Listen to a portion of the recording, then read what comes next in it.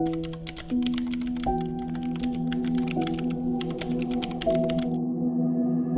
kota yang mulai terbelah oleh keheningan, gereja-gereja tua yang terbengkalai berubah menjadi masjid, membawa perubahan yang tak terduga dan ketegangan yang membara. Ketika keyakinan saling bertarung, siapa yang akan bertahan dan siapa yang akan terjebak dalam kekosongan yang tercipta. Di seluruh Amerika, banyak kota yang dulunya penuh dengan kehidupan, kini tampak sunyi dan sepi. Pemandangan gereja-gereja yang pernah dipenuhi orang-orang yang datang untuk beribadah, kini hanya menjadi bangunan kosong yang menunggu waktu. Banyak gereja yang tertutup rapat, sebagian bahkan terlupakan, dibiarkan terabaikan oleh masyarakat. Bangunan-bangunan megah yang dulu menjadi pusat kehidupan rohani, kini memudar. Di pusat kota-kota kecil, gereja-gereja itu berdiri tegak di tengah kesunyian.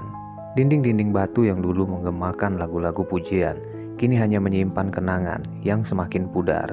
Jendela-jendela kaca patri yang dulu dihiasi dengan cahaya matahari, kini hanya menampilkan bayangan kelam. Pada zaman dahulu, gereja-gereja ini menjadi tempat bagi keluarga dan komunitas yang berkumpul, berdoa, dan merayakan momen-momen penting dalam kehidupan mereka. Namun, seiring berjalannya waktu, semakin sedikit orang yang datang untuk beribadah. Angka kehadiran jemaat semakin menurun, dan akhirnya banyak gereja yang mulai dijual atau ditinggalkan begitu saja. Kota-kota besar juga tidak jauh berbeda. Gereja-gereja yang terletak di pusat kota yang dulunya ramai, kini juga tidak lagi dipenuhi dengan jemaat. Para pendeta dan penerus gereja berusaha mencari cara untuk menarik kembali orang ke gereja. Namun, usaha-usaha tersebut tidak banyak membuahkan hasil. Sementara itu, di beberapa kota yang lebih kecil, gereja-gereja yang telah lama tidak terawat mulai menunjukkan tanda-tanda kerusakan. Atap yang bocor, dinding yang retak, dan furnitur yang usang menjadi pemandangan yang biasa. Kota-kota ini seolah-olah mengundang rasa kesedihan dan kehilangan. Seiring dengan kekurangannya jumlah orang yang percaya dan datang ke tempat ibadah mereka. Lingkungan sekitar gereja juga ikut memudar. Kawasan sekitar yang dulunya hidup dan penuh warna, kini berubah menjadi area yang sepi. Toko-toko tutup lebih awal, dan rumah-rumah di sekitar gereja semakin kosong ditinggalkan oleh penduduk yang mencari kehidupan yang lebih baik di tempat lain. Kota-kota yang dulu hidup dengan semangat komunitas, kini perlahan menjadi kota-kota yang terlupakan, diabaikan, dan terpinggirkan dalam geliat hidup urban yang semakin modern. Namun, di tengah-tengah kesunyian ini, sebuah angin perubahan mulai bertiup. Kota-kota yang sebelumnya terlupakan mulai menyaksikan kedatangan komunitas yang baru. Angin timur membawa serta sebuah gelombang baru yang dimulai membentuk kehidupan mereka. Komunitas muslim yang sebelumnya tersebar di kota-kota besar mulai berkembang di kota-kota kecil. Munculnya mereka membawa harapan baru bagi tempat-tempat yang terlupakan. Salah satu tantangan besar yang mereka hadapi adalah mencari tempat beribadah. Gereja-gereja yang telah lama tidak terpakai dan dijual dengan harga murah menjadi pilihan. Seiring dengan perubahannya demografis, gereja-gereja yang dulu hanya diperuntukkan bagi umat Kristen, kini mulai beralih fungsi. Beberapa gereja yang kosong atau dijual dengan harga murah dibeli oleh anggota komunitas muslim dan diubah menjadi masjid. Proses ini, meskipun tidak selalu diterima oleh semua pihak, menjadi bagian dari fenomena sosial yang semakin terlihat di berbagai kota. Kota-kota kecil yang dulunya sunyi, kini melihat bangunan gereja yang sudah lama ditinggalkan, kini dipenuhi oleh orang-orang baru. Mereka datang dengan tujuan yang sama, untuk mencari tempat yang layak untuk beribadah, untuk menghidupkan kembali roh komunitas mereka. Gereja-gereja yang sepi itu kini bergema dengan suara-suara doa yang baru. Mereka mulai proses renovasi, membersihkan ruang-ruang yang kosong, dan mengubah altar menjadi tempat sujud. Setiap sudut gereja yang dulu kosong, kini dihiasi dengan perhiasan baru. Sebuah semangat yang menghidupkan kembali bangunan yang pernah terabaikan. Di kota-kota besar, perubahan ini juga terasa. Di tengah-tengah gedung-gedung pencakar langit dan kehidupan urban yang serba cepat, beberapa gereja yang sudah lama ditinggalkan dibeli oleh komunitas muslim yang mencari ruang untuk melaksanakan ibadah. Pencarian mereka akan tempat ibadah yang layak, dan gereja-gereja yang terabaikan itu memberikan solusi yang praktis dan ekonomis. Proses transformasi ini bukanlah sesuatu yang besar atau mencolok, tetapi perlahan gereja-gereja itu berubah menjadi tempat ibadah yang baru. Keberadaan masjid-masjid di bekas gereja ini menjadi simbol dari perubahan yang perlahan terjadi. Suatu hari, di salah satu kota kecil yang dulunya terpencil, pertama kali diubah menjadi masjid. Gereja yang sudah lama tidak digunakan, kini memiliki fungsi baru. Renovasi yang dilakukan cukup sederhana, namun penuh makna. Dengan karpet tebal menggantikan kursi gereja-gereja di ruangan utama, yang dulunya adalah tempat kebaktian, kini menjadi tempat sujud. Pada suatu pagi, saat matahari terbit, suara azan pertama kali menggema di udara, menggantikan suara lonceng gereja yang telah lama tidak terdengar. Suara azan ini menandai babak baru dalam kehidupan kota kecil ini. Warga setempat yang sebelumnya terbiasa dengan suara gereja yang tenang, kini mendengar panggilan untuk sholat. Beberapa orang merasa terkejut, sementara yang lain merasa penasaran dengan perubahan ini. Namun, meskipun ada ketegangan yang tersembunyi di antara mereka, tidak ada konfirmasi terbuka. Sebagian besar orang hanya terdiam dan berusaha menerima kenyataan baru ini dengan cara masing-masing. Perubahan yang terjadi di kota itu tidak diinginkan oleh semua orang, tetapi tidak ada yang bisa menghentikan proses tersebut. Bagi komunitas muslim yang baru muncul di kota tersebut, suara azan itu bukan hanya sekedar panggilan untuk beribadah. Itu adalah simbol dari keberadaan mereka, dari hak mereka untuk memiliki tempat ibadah yang layak, dan dari usaha mereka untuk menjadi bagian dari masyarakat yang lebih luas. Azan pertama kali itu adalah momen yang penuh harapan. Meskipun tidak semua orang merasa nyaman dengan perubahan ini, semakin banyak gereja yang dibeli dan direnovasi menjadi masjid. Proses transformasi ini semakin meluas, tidak hanya di kota-kota kecil, tetapi juga di kota-kota besar. Gereja-gereja yang dulu lama telah terabaikan, ini menjadi tempat ibadah yang baru, dan bangunan-bangunan yang dulunya berdiri sebagai simbol agama Kristen, kini menjulang sebagai menara-menara masjid. Fenomena ini semakin menjadi perhatian media. Beberapa media menggambarkannya sebagai tren sosial baru yang mencerminkan kedamaian dan keharmonisan antar beragama. Sementara yang lain memandangnya dengan kecurigaan, melihatnya sebagai ancaman terhadap identitas budaya dan agama yang telah lama ada. Dalam laporan-laporan media terdapat dua pandangan yang berbeda. Beberapa orang melihat transformasi ini sebagai suatu yang positif, sebuah cara untuk menghidupkan kembali gereja-gereja yang terabaikan dan memberikan ruang bagi komunitas muslim untuk berkembang. Mereka menganggap ini sebagai simbol toleransi dan kerukunan beragama. Di sisi lain, ada juga yang merasa bahwa perubahan ini mengancam nilai-nilai tradisional yang selama ini ada di kota-kota tersebut. Mereka merasa bahwa identitas mereka terancam oleh hadirnya masjid-masjid di gereja yang dulu menjadi bagian dari warisan agama mereka. Meskipun ada ketegangan yang muncul di beberapa tempat, tidak ada konfrontasi besar yang terjadi. Sebagian besar warga memilih untuk tetap diam dan tidak mempermasalahkan perubahan tersebut secara terbuka. Namun, di balik kesunyian ini, ada ketakutan yang berkembang, sebuah ketegangan yang tidak terlihat, tetapi ada di setiap percakapan yang terhenti. Di tengah perubahan yang semakin jelas, muncul selebaran-selebaran anonim yang menyebar di lingkungan sekitar. Surat-surat gelap yang tak bertanda ini berisi kata-kata kebencian, ketakutan, dan peringatan. Beberapa surat mengandung tuduhan bahwa perubahan yang terjadi adalah bagian dari konspirasi besar untuk mengubah wilayah kota dan identitas budaya mereka. Meskipun tidak ada bukti yang jelas, kata-kata dalam surat-surat itu membakar perasaan ketidakpercayaan di hati banyak orang. Selebaran-selebaran ini tidak hanya menyebar di kota kecil, tempat pertama kali masjid dibangun, tetapi juga mulai merambah ke kota-kota lainnya yang mengalami perubahan serupa. Ketegangan yang dulunya tersembunyi kini mulai muncul ke permukaan. Isu agama dan identitas mulai memanas, dengan sebagian orang merasa bahwa mereka terancam dengan perubahan ini, sementara yang lain merasa bahwa perubahan ini adalah bagian dari hak mereka untuk hidup dan beribadah sesuai dengan keyakinan mereka. Masyarakat ini berbagi dalam dua kutub, yang menerima perubahan dan yang menolaknya. Namun di tengah-tengah semua ketegangan ini, gereja-gereja yang telah diubah menjadi masjid tetap berdiri tegak. Mereka menjadi simbol dari sebuah perubahan yang tidak dapat dihindari, simbol dari kehidupan yang terus berkembang meskipun ada ketidakpastian dan ketakutan yang mengiringinya.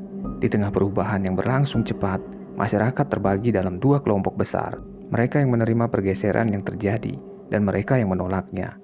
Kota-kota yang dulu penuh dengan kebersamaan kini berubah menjadi seperti cermin yang retak. Masing-masing bagian memantulkan gambaran yang berbeda. Bagi sebagian orang, gereja-gereja yang beralih menjadi masjid adalah simbolik toleransi, harapan baru bagi kerukunan antar agama. dan tanda-tanda bahwa kehidupan di kota-kota ini masih bisa berlanjut dengan rasa saling pengertian. Mereka melihat perubahan ini sebagai kesempatan untuk memperbarui masyarakat dengan membawa pluralisme agama yang lebih nyata. Namun, bagi sebagian yang lain, perubahan ini adalah ancaman terhadap tradisi yang telah lama mereka pegang teguh.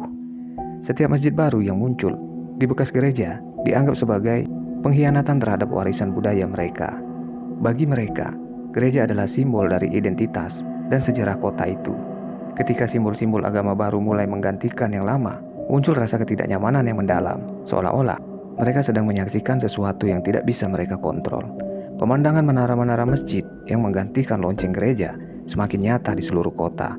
Suara azan menggema menggantikan musik gereja, dan setiap perubahan kecil menambah ketegangan yang tersembunyi di bawah permukaan. Lingkungan yang dulu ramai kini dipenuhi ketegangan. Ada yang merasa bangga dengan keberagaman baru ini, tetapi ada pula yang merasa semakin terasingkan. Masyarakat terpecah dan setiap langkah, baik itu kecil ataupun menjadi saran bagi masing-masing pihak untuk mengungkapkan posisi mereka. Suatu malam yang gelap, sebuah tragedi terjadi. Salah satu masjid yang baru saja direnovasi, yang dulunya merupakan gereja tua, terbakar dalam kondisi yang misterius. Api menyala di tengah malam, merusak sebagian besar bangunan, meninggalkan hanya puing-puing dan abu. Tidak ada pelaku yang tertangkap, dan penyelidikan lebih lanjut tidak membuahkan hasil. Namun, keberadaan api yang menyebar begitu cepat, meninggalkan banyak pertanyaan yang tak terjawab. Media segera mengangkat peristiwa ini dengan spekulasi yang berkembang pesat. Beberapa orang menuduh kelompok ekstremis dari kalangan yang menentang perubahan itu sebagai penyebab kebakaran. Sementara, yang lain percaya ini adalah kebetulan atau bahkan sebuah kecelakaan. Namun suara-suara yang lebih keras yang melihat kebakaran sebagai sebuah tanda perlawanan terhadap dominasi agama yang baru semakin banyak terdengar di media sosial dan surat kabar lokal. Kebakaran ini tidak hanya memusnahkan sebuah bangunan, tetapi juga semakin memperburuk ketegangan yang sudah ada. Masyarakat lokal terbelah lebih dalam. Sebagian besar anggota komunitas Muslim merasa ini adalah bentuk kebencian yang semakin mendalam terhadap mereka. Sementara, sebagian lainnya menganggap bahwa kebakaran tersebut adalah akibat dari ketegangan yang terpendam selama ini. Tidak ada yang tahu pasti siapa yang bertanggung jawab, namun perasaan curiga dan saling menyalahkan semakin meluas. Meskipun kebakaran tersebut menambah beban ketegangan, komunitas Muslim tidak mundur. Jumlah mereka terus berkembang. Banyak keluarga baru yang datang ke kota-kota ini mencari tempat yang aman dan damai untuk beribadah. Seiring waktu, semakin banyak gereja-gereja tua yang kosong ditemukan dan dibeli, kemudian diubah menjadi masjid. Proses ini semakin menjadi hal biasa dan semakin banyak orang yang menganggap sebagai bagian dari kenyataan baru yang tidak bisa dihindari. Namun di balik kebangkitan komunitas ini, ada kekhawatiran yang tumbuh. Kelompok-kelompok bayangan mulai muncul, mencoba menyebarkan teror dalam berbentuk vandalisme dan sabotase. Beberapa masjid yang baru dibuka menjadi sasaran grafiti kebencian. Sementara sejumlah bangunan gereja yang sedang dalam renovasi untuk menjadi masjid mengalami kerusakan. Tidak hanya itu, ada laporan tentang penghadangan terhadap komunitas Muslim yang sedang menuju tempat ibadah mereka. Di beberapa kota kecil, kejadian-kejadian ini semakin sering terjadi, menciptakan atmosfer ketakutan yang meliputi setiap langkah. Masyarakat yang sudah terpecah kini semakin terasik satu sama lain. Ketegangan antar agama semakin tajam dengan tindakan-tindakan kekerasan kecil yang semakin meningkat. Di beberapa wilayah, keberadaan komunitas Muslim semakin dipertanyakan dan kelompok-kelompok ekstremis yang semakin berani mulai menggerakkan propaganda yang lebih kuat, baik di dunia nyata maupun di dunia maya. Dengan semakin berkembangnya ketegangan, aksi-aksi balasan mulai muncul di mana-mana. Di beberapa tempat, grafiti kebencian yang muncul di masjid-masjid mulai dihapus oleh komunitas setempat dengan niat untuk membersihkan simbol-simbol kebencian tersebut. Beberapa orang bahkan mengibarkan bendera-bendera yang mengusung pesan damai dan toleransi, berusaha menunjukkan bahwa mereka mendukung keberagaman dan hidup bersama dalam kedamaian. Namun, meskipun ada niat baik di balik tindakan ini, aksi-aksi balasan ini tidak sepenuhnya meredakan ketegangan yang ada. Di sisi lain, kelompok-kelompok ekstremis yang merasa terancam oleh perubahan ini semakin keras dalam menyuarakan ketidaksetujuan mereka. Mereka memperkuat propaganda mereka dengan pesan-pesan yang semakin keras, baik melalui media sosial, selebaran-selebaran, maupun aksi-aksi yang lebih nyata. Pesan-pesan kebencian semakin mudah ditemukan dengan slogan-slogan yang menyulut amarah dan ketakutan. Media lokal juga mulai terbelah dalam meliput fenomena ini dengan beberapa outlet yang berusaha menampilkan kisah-kisah damai, sementara yang lain menyoroti ketegangan dan potensi konflik yang bisa meledak. Perang simbol ini tidak hanya terjadi dalam bentuk grafiti atau bendera. Di beberapa tempat, orang-orang mulai menandai perbatasan komunitas mereka dengan cara-cara yang lebih eksplisit. Gerakan-gerakan yang mendukung perubahan dan keberagaman semakin meluas. Sementara gerakan-gerakan yang menentang perubahan ini juga semakin keras. Kedua pihak semakin tidak mampu menghindari konfrontasi. Meskipun sebagian besar ketegangan tetap terjadi di bawah permukaan. Dengan berlalunya waktu, kehidupan di kota-kota ini semakin penuh dengan ketegangan. Suasana-suasana yang dulunya hangat dan ramah kini berubah menjadi atmosfer penuh kewaspadaan dan kecurigaan. Orang-orang yang dulunya saling menyapa kini lebih memilih untuk diam dan menjaga jarak. Lingkungan menjadi semakin sunyi, seolah-olah setiap langkah membawa potensi konflik. Ibadah yang dulu menjadi saat-saat penuh kedamaian, kini dilakukan dengan rasa cemas. Setiap langkah menuju tempat ibadah penuh dengan kekhawatiran akan gangguan atau bahkan kekerasan. Pemerintah setempat tampak bingung dan pasif, tidak tahu bagaimana cara untuk mengatasi ketegangan ini.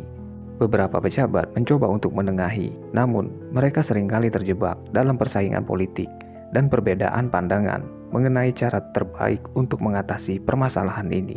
Di sisi lain, ada yang merasa bahwa pemerintahan seharusnya lebih aktif dalam menjaga perdamaian, tetapi kenyataan mereka cenderung menghindari konfrontasi. Mungkin karena takut akan membakar ketegangan yang sudah ada. Kota-kota yang dulunya penuh dengan rasa kepercayaan dan kebersamaan, kini tampak seperti kota tanpa rasa percaya.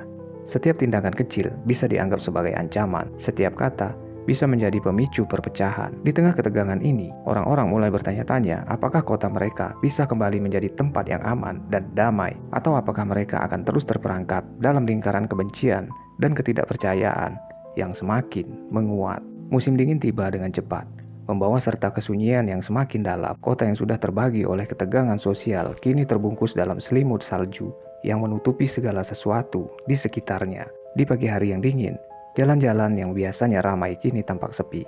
Hanya jejak langkah yang tertinggal di salju memberikan petunjuk bahwa ada kehidupan yang masih bergerak di antara bayangan kota yang sunyi. Namun, ketegangan yang membeku di udara semakin nyata. Di sekitar masjid-masjid yang telah direnovasi, kamera pengawas mulai merekam bayangan mencurigakan berkeliaran di sekitar area tersebut. Sosok-sosok yang tampak samar bersembunyi dalam bayang-bayang berusaha menghindari pengawasan. Namun, tetap meninggalkan jejak yang sulit untuk dibiarkan. Masyarakat mulai khawatir dan ketakutan mulai merembes ke dalam hati banyak orang. Masjid yang dulu dianggap sebagai tempat ibadah yang damai, kini menjadi sasaran potensi ancaman yang tidak terlihat. Meskipun tidak ada yang tahu pasti siapa yang berada di balik bayangan tersebut, suara ketidaknyamanan semakin meningkat. Komunitas muslim semakin waspada dan pihak keamanan pun diperketat di sekitar masjid. Namun, di tengah salju yang turun, rasa cemas tetap menguasai setiap langkah. Tidak ada yang berani mengatakan apa yang akan terjadi selanjutnya. Tetapi, semua orang tahu bahwa ketegangan ini hanya menunggu waktu meledak. Ketegangan yang sudah teredam akhirnya meledak dengan keras. Suatu pagi yang dingin, sebuah bom rakitan meledak di halaman salah satu masjid yang baru direnovasi. Ledakan itu menggoncang kota dan merubah keheningan musim dingin. Meskipun tidak ada korban jiwa dalam kejadian tersebut, dampak psikologisnya sangat besar. Orang-orang yang datang untuk beribadah terguncang dan komunitas muslim yang sudah merasa terancam kini semakin merasa bahwa mereka hidup dalam ketakutan yang tak terkatakan. Suasana kota berubah dalam sekejap. Kejadian itu tidak hanya mengguncang masjid, tetapi juga seluruh komunitas. Media lokal segera melaporkan kejadian tersebut dan spekulasi mengenai pelaku mulai beredar. Beberapa orang menuduh kelompok ekstremis dan kalangan yang menentang perubahan ini. Sementara, yang lain lebih memilih untuk menyalahkan ketegangan sosial yang semakin berkembang. Situasi ini semakin mengarah pada status darurat sosial dengan ketegangan antar agama yang semakin meningkat. Pemerintah setempat yang sebelumnya tampak fasih, kini mulai merasa terdesak untuk bertindak. Namun, meskipun ada peringatan pengamanan, situasi tetap belum stabil. Masyarakat baik muslim maupun non-muslim merasa terperangkap dalam ketidakpastian. Hari itu, langit tidak hanya terdampak mendung, tetapi seolah-olah matahari pun tidak bersinar dengan cerah, melainkan tertutupi oleh awan-awan ketakutan dan kecemasan. Meskipun serangan dan ketegangan terus melanda, komunitas muslim tidak mundur. Mereka tidak membiarkan ketakutan menguasai mereka. Masjid-masjid yang telah direnovasi tetap berdiri tegak menjadi tempat perlindungan dan ibadah bagi mereka yang masih percaya pada harapan dan kedamaian. Gereja-gereja lain yang kosong dan terlupakan, yang belum sempat diubah menjadi masjid, kini menjadi pusat ibadah baru. Namun suasana telah berubah. Pengamanan yang ketat diterapkan di setiap masjid dan pembatasan dari pemerintah mulai terasa semakin nyata. Setiap kegiatan ibadah dilaksanakan dengan pengawasan yang lebih intensif dan pihak keberwenangan memastikan agar tidak ada lagi insiden yang lebih besar. Bagi komunitas muslim, doa menjadi lebih dari sekedar ritual spiritual. Itu adalah bentuk perlawanan yang penuh keteguhan. Mereka tahu bahwa setiap langkah mereka yang mereka ambil dalam ketenangan dan keimanan adalah respon terhadap kebencian dan ancaman yang ada di luar sana. Tetapi di balik kesungguhan doa, rasa waspada selalu membayangi setiap pertemuan. Masyarakat mulai terbagi menjadi dua kutub yang semakin jelas. Di satu sisi ada mereka yang mendukung keberagaman dan menganggap bahwa masjid adalah bagian dari kehidupan baru mereka. Di sisi lain, ada mereka yang menentang perubahan ini dan melihat masjid sebagai ancaman terhadap nilai-nilai yang mereka anut. Ketegangan semakin terasa. Tetapi, meskipun demikian, komunitas muslim tetap tegar. Mereka tidak akan mundur, dan masjid-masjid mereka menjadi simbol dari ketahanan mereka. Setelah pengeboman, pemeriksaan kasus ini menjadi prioritas bagi pemerintah lokal. Sidang-sidang hukum dilakukan, tetapi keadilan dijanjikan tidak sepenuhnya tercapai. Publik mulai meragukan netralitas pengadilan dan banyak yang merasa bahwa hukum tidak bersikap adil. Komunitas non-muslim mulai merasakan bahwa mereka terpinggirkan oleh sistem hukum yang tampaknya lebih berpihak kepada komunitas muslim. Tudingan terhadap pengadilan yang berat sebelah semakin keras terdengar, dan ketidakpuasan terhadap cara pemerintah menangani kasus ini mulai menyebar ke seluruh kota. Meskipun pemerintah berusaha untuk mengatasi situasi dengan langkah-langkah hukum, ketegangan yang sudah terbangun sulit untuk diatasi. Di satu sisi, ada orang-orang yang merasa bahwa keadilan belum ditegakkan. Sementara, di sisi lain, ada yang percaya bahwa tindakan ekstremis yang terjadi merupakan akibat dari ketidakmampuan pemerintah dalam mengatur perubahan sosial. Persidangan yang berlangsung seakan tak mampu meredakan ketegangan yang ada, malah memperburuknya. Komunitas non-muslim semakin merasa terpinggirkan, dan ini menciptakan api perlawanan baru yang semakin membara. Konflik sosial semakin meluas, demonstrasi mulai muncul di jalan-jalan kota dengan kelompok-kelompok pro-perubahan dan anti-perubahan saling berhadapan. Boikot bisnis muslim dilakukan oleh kelompok-kelompok tertentu yang merasa bahwa kehadiran komunitas muslim semakin mengancam keberadaan mereka. Media sosial pun semakin terpolarisasi dengan kampanye media yang saling serang antara kedua belah pihak. Kota yang dulu dianggap sebagai tempat hidup bersama kini berubah menjadi medan pertempuran ideologi. Di satu sisi, ada demonstrasi yang mendukung masjid dan keberagaman dengan bendera damai berkibar tinggi, mengajak untuk hidup dalam kedamaian dan saling menghormati. Di sisi lain, kelompok-kelompok yang menentang perubahan ini menggelar protes dan menuntut agar identitas agama mereka dihormati. Kota dua kutub yang saling bertentangan, mereka yang mendukung keberagaman dan mereka yang berjuang untuk mempertahankan tradisi yang telah ada. Ketegangan ini tidak hanya membelah kota, tetapi juga membelah hati dan pikiran orang-orang yang tinggal di sana. Mereka yang dulunya hidup berdampingan, kini saling menatap dengan kecurigaan. Setiap langkah, setiap kata, setiap aksi menjadi bagian dan pertempuran ideologis yang lebih besar. Kota yang dulunya penuh dengan kehidupan dan harapan, kini terperangkap dalam konflik yang semakin sulit untuk diselesaikan. Keamanan yang semakin ketat mulai mempengaruhi kehidupan sehari-hari di kota-kota yang dulunya penuh dengan harapan. Masjid-masjid yang telah direnovasi, yang dulu dipandang sebagai simbol kerukunan, kini dibatasi oleh pagar-pagar pengaman yang tinggi. Setiap langkah yang menuju ke tempat ibadah kini penuh dengan pemeriksaan dan pengawasan. Pagar-pagar dibuka hanya untuk melindungi bangunan, tetapi juga untuk menjaga ketenangan yang semakin sulit dicapai di tengah-tengah ketegangan yang terus berkembang. Setiap orang yang datang untuk beribadah merasa seperti harus melewati sebuah penghalang fisik dan psikologis yang mengingatkan mereka akan situasi yang penuh ketidakpastian. Di sisi lain, gereja-gereja yang tersisa mengunci pintu mereka rapat-rapat. Banyak dari gereja yang dulu terbuka lebar bagi siapapun yang ingin masuk, kini membatasi aktivitasnya dengan alasan keamanan. Lingkungan sekitar gereja juga merasa lebih tertutup, lebih terisolasi. Aktivitas keagamaan yang dulu semarak, kini sepi dipenuhi dengan ketegangan yang menyelimuti setiap sudut kota. Pemandangan ini tidak hanya menggambarkan fisik yang terkurung, tetapi juga suasana hati yang terperangkap dalam ketakutan dan kecurigaan. Kota dulu terbuka dan penuh dengan kehidupan, kini terasa seperti penjara spiritual bagi semua pihak yang ada. Pagar-pagar itu meskipun dimaksudkan untuk melindungi, kini semakin menggambarkan pemisahan yang lebih dalam antara kedua dunia yang saling berjauhan. Ketegangan yang sudah berlarut-larut mencapai puncaknya pada malam yang kelam. Serangan besar yang direncanakan secara simultan terhadap dua masjid terjadi hampir bersamaan. Serangan itu meskipun gagal total dengan kedua masjid yang berhasil selamat tanpa kerusakan parah, meninggalkan rasa takut yang mendalam. Ledakan yang mengguncang malam itu meskipun tidak menimbulkan korban jiwa, menyebarkan ketakutan yang meluas ke seluruh kota. Malam itu, suasana kota menjadi sangat mencekam. Berita tentang serangan yang gagal itu tersebar dengan cepat. Namun yang lebih mengerikan adalah rumor yang beredar setelahnya.